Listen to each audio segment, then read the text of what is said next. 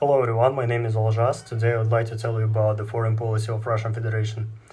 President Vladimir Putin on Friday signed new guidelines aimed at curbing Western dominance and identifying China and India as key partners for the future. The 42-page document, which was published on the Kremlin's website, said that Russia would aim to create the conditions for any state to reject neo-colonialist and hegemonic aims. Russia has become increasingly isolated on the world stage and has sought to boost political and economic ties with countries in Africa and Asia, such as China and India, that taken a more neutral stance towards its offensive in Ukraine. A document, a de facto handbook for Russian diplomats, designated that United States as the greatest threat facing the country. The document describes the US as the main instigator, organizer, and executor of the aggressive anti-Russian policy of the collective West.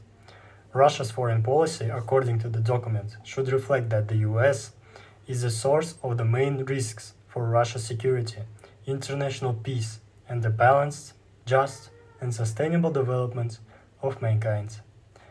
The term unfriendly countries has been used by Russia to refer to those countries, particularly in Europe and North America, that have condemned Russian invasion of Ukraine and adopted sanctions.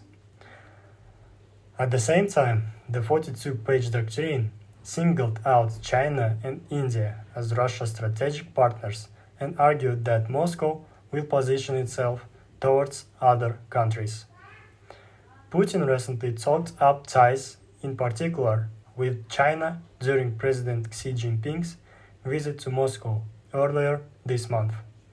Moscow has also stepped up energy supplies to both China and India after being almost entirely cut off from its traditional European markets.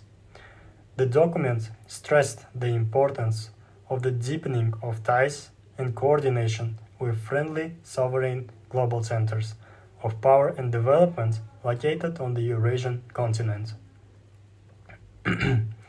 The doctrine also described Russia as a state civilization, tasked with defending what it called the Russian world and traditional, spiritual, and moral values against pseudo-humanistic and other neoliberal ideological attitudes. Thank you for your attention. Goodbye.